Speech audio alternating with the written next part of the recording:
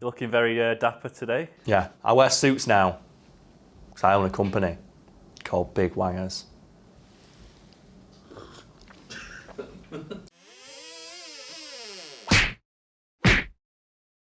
The US version of The Office stars an eclectic cast of characters, most of which have a singular defining trait. Michael Scott is a bumbling dumbass, Dwight Scrute is an eccentric weirdo, and Jim Halpert is a sociopathic dickhole who spent thousands of his own dollars tormenting one of his co-workers. So for people who haven't seen The Office, who are Jim and Dwight? Well, Jim is the closest thing the show has to a straight man, and he serves as something of a comic foil to Dwight, who is the weirdest character on the show, I think it's safe to say, played by one Rainn Wilson with the worst haircut in the world. A recurring source of humour on the show is that Dwight's uptight personality often clashes with more blasé, devil-may-care attitude of the rest of the titular office, and in particular, the attitude of Jim. So the most common thing is that Jim just pranks Dwight on a day-to-day basis. One of the most popular recurring gags on the show is that Jim just plays endless pranks on Dwight.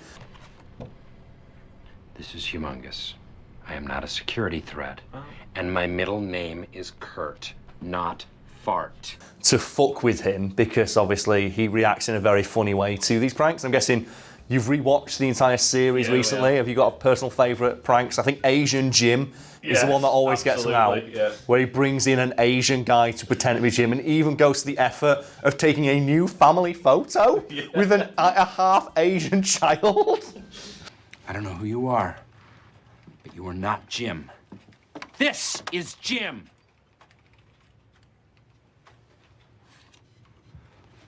Yeah, that and when he impersonates Dwight. He impersonates and dresses up exactly like him and perfectly mimics all his mannerisms. Yeah, and he's like, identity fraud is a crime, Jim. It affects millions of Americans every year. Bears beats Battlestar Galactica. Bears do not... What is going on? Like Rainn Wilson, he's such an intense actor. Yeah. He's so good. I'm glad that he's like, he gets his dues in that show because he's so fucking intense. Like, I think my favourite delivery of his is when he's arguing with Andy. And he just says, oh, what are you going to protect Angela from? A bear? When's the last time you saw a bear? And he goes, last year, moron. It's like, he's delivered with just such passion. Like, he saw that bear. I mean, the other one that when Jim first moves to the other office. Yes. And he sends Dwight a fax from future Dwight. And he's like, the coffee's contaminated, await further instructions. And he just runs over and slaps the cup out of Stanley's hand. Just like, he's like, what the fuck are you doing? You'll thank me later.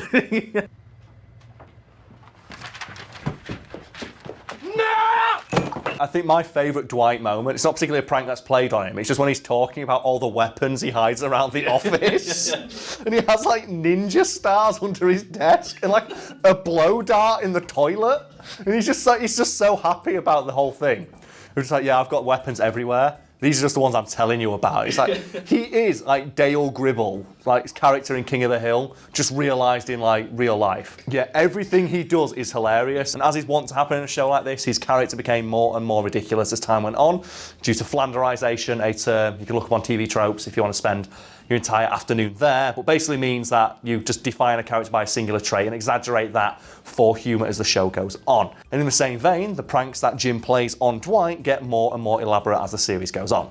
So early on, Jim's pranks on Dwight are fairly basic. Yeah, they're pretty tame, all things considered, like compared to later pranks. And they're the kind of thing you'd probably see like actual people in offices do to like one another, as like, banter between co-workers, like putting your stapler in Jell-O, replacing your pens with crayons, like wrapping things on your desk in wrapping paper near Christmas. But as the series goes on, these pranks get more and more elaborate, to the point where Jim is very obviously spending a considerable amount of his time thinking exclusively about how to annoy Dwight.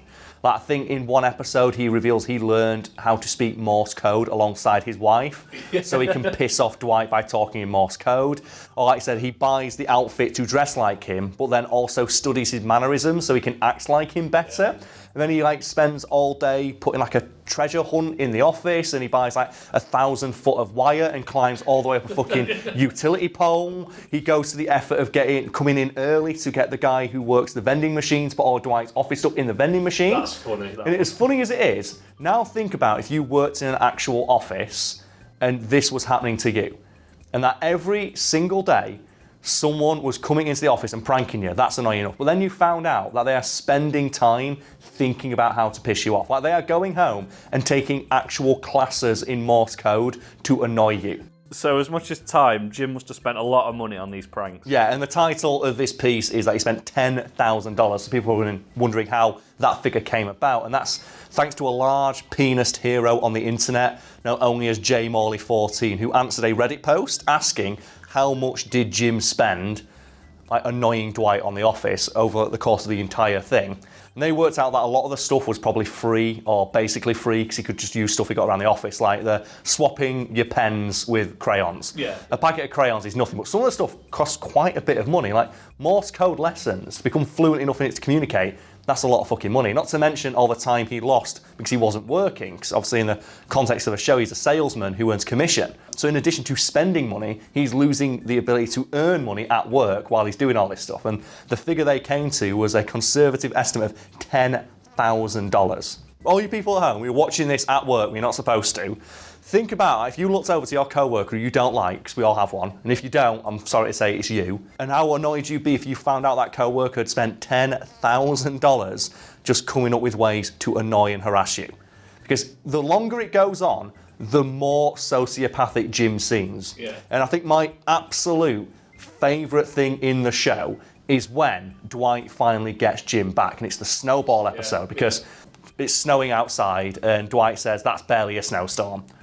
And then Jim walks outside, makes a snowball, and throws it in Dwight's face as he is in the middle of working. Dwight, understandably, loses his fucking shit because I'm trying to work and you're throwing a fucking snowball in my face. This is wildly unprofessional, and then nobody cares. So rather than getting annoyed, he gets even and just kicks the shit out of Jim via the medium of snowball. He turns his entire world to snow, where he builds 1,000 snowballs and he puts them in like a mail bag and just starts bombarding him as he leaves the office.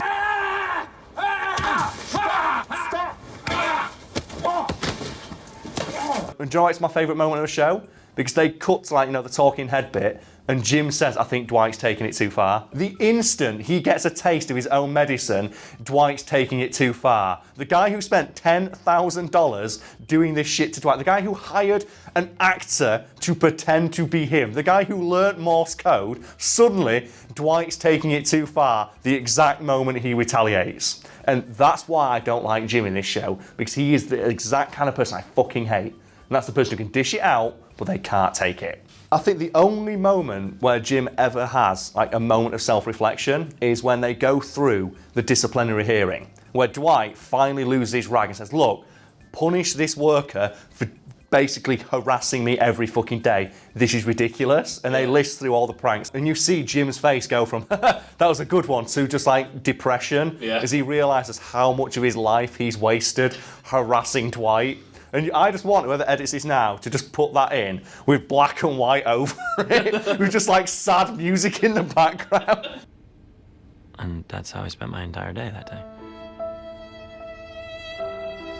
It's just the more I listen to you saying this, I'm like, yeah, you know what? Jim is pretty much a dick. He's an arsehole. Think about it. Imagine if you were in Dwight's shoes and for some reason a co-worker decided, I don't like you, and I am going to spend thousands of my dollars and days of my time just annoying you. You're trying to do your work. There's one episode where he steals his phone. Yeah. He steals his phone. He says, I need that to work. Yeah. That is my literal job. You are messing with my livelihood. And he thinks it's funny. You know what? Fuck Jim. Yeah, but the moment that Dwight says, okay, I'll play your game, let's have a snowball fight, suddenly he's gone too far. Well, since the topic of today's video is working, do you have any funny work stories you'd like to share with the group? I think in my old job in the staff room they had this microwave. And Chef Mike. It was Chef Mike, and it was industrial strength. It wasn't just a household one. And someone came here with them microwave curries, and you're just I'll put that in microwave foil. And normally it's 90 seconds, and you're just 2 minutes in this industrial microwave. Yeah, we should point out they can cook stuff in 30 seconds. Yeah. I got to use a Merry Chef, an industrial strength oven once, which cooked chips and fish fingers in 30 seconds.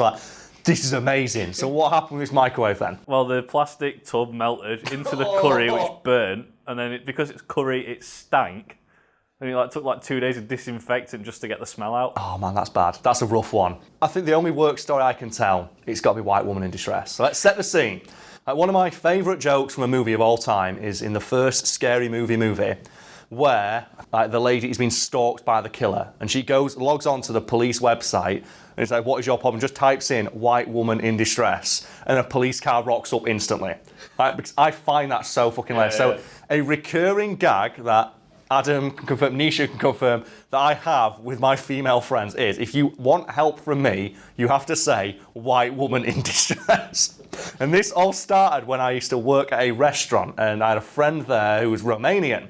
And the reason that's important will become apparent in about 30 seconds. And I'm a large man, so with moving tables and stuff, I'll move the tables.